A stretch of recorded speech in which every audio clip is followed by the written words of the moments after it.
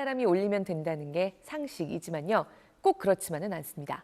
각자 다른 데서 절세를 얼마나 했느냐에 따라서 소득이 차이는 나는데 엇비슷한 경우 또는 부양가족이 여러 명인 경우에 사실 보통 사람들이 가장 유리하게 공제받을 수 있는 조합을 확실히 알기 어렵습니다. 편리한 연말정산에서 계산해줍니다. 네, 이 부양가족을 어떻게 적용하냐에 따라서 이 공제받을 수 있는 금액이 꽤 달라지죠. 네, 보통 생각하시는 이상입니다. 네, 국세청이 예로 든 거는 각각 1억 2천만 원과 7천만 원의 연봉을 받고 있는 맞벌이 부부가 자녀들과 양가 부모님 모두 7명의 부양가족을 놓고 어떻게 나누는 게 제일 이득일지 모의 계산을 해본 경우인데요. 모두 128가지의 조합이 가능했고요.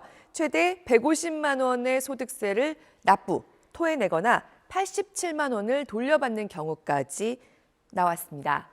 부양가족을 둘이서 어떻게 나누느냐만 바꿨을 뿐인데 237만 원의 차이가 발생하더란 겁니다.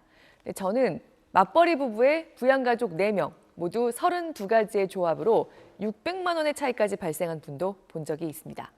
이 32가지를 알아서 계산하라고 하면 아무리 600만 원 차이가 나도 엄두가 안 나죠. 우리가 AI가 아니니까요. 그런데 편리한 연말정산 페이지에서 최적의 조합을 바로 찾아주는 겁니다. 내가 부양가족을 나눠서 올리고 싶은 사람과 해야 하는 일은 각자 한 번씩 홈택스에 접속해서요. 간소화 자료 올라 있는 걸로 자신의 예상 세액 계산하기까지 마치는 겁니다. 금방 됩니다. 그리고 이 자료를 상대방에게 제공한다고 동의해야 합니다. 이렇게 해도 상대방이 내 정확한 급여나 내가 어디에 돈을 얼마나 썼는지 알 수 없게 돼 있습니다. 그리고 둘 중에 한 명만 모의 계산을 돌려보면 되는 겁니다.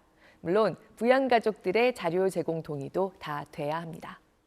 네, 몇백만 원이면 액수가 정말 작지 않네요. 네. 여기서 많은 분들이 헷갈려 하시는 게 그럼 누구까지를 부양가족으로 할 수 있냐 이거죠. 네, 근데 부양가족의 조건은 워낙 경우의 수가 많기 때문에 오늘은 60세가 넘는 부모님 또는 조부모님의 지금 소득이 내 부양가족이 될 수 있는 조건일까 아닐까 여기서 많이 헷갈리시는 포인트 몇 가지를 좀 집중해서 말씀드리겠습니다. 이 표를 한번 보시면요. A의 부모는 지난해에 이자 소득이 1,900만 원, 그리고 개인적으로 부어왔던 연금저축으로 인한 소득이 1,100만 원 이렇게 있었고요. B의 부모는 국민연금 받는 것만 연간 700만 원이 있더라. 이 경우에 자녀가 부양가족으로 올릴 수 있는 사람은 어느 쪽일까요? A 부모님 뿐입니다. 소득이 훨씬 더 많은데 왜냐? 원칙적으로는 부모님의 소득이 1년 내내 100만 원만 넘어도 내 부양가족이 될 수 없는데요.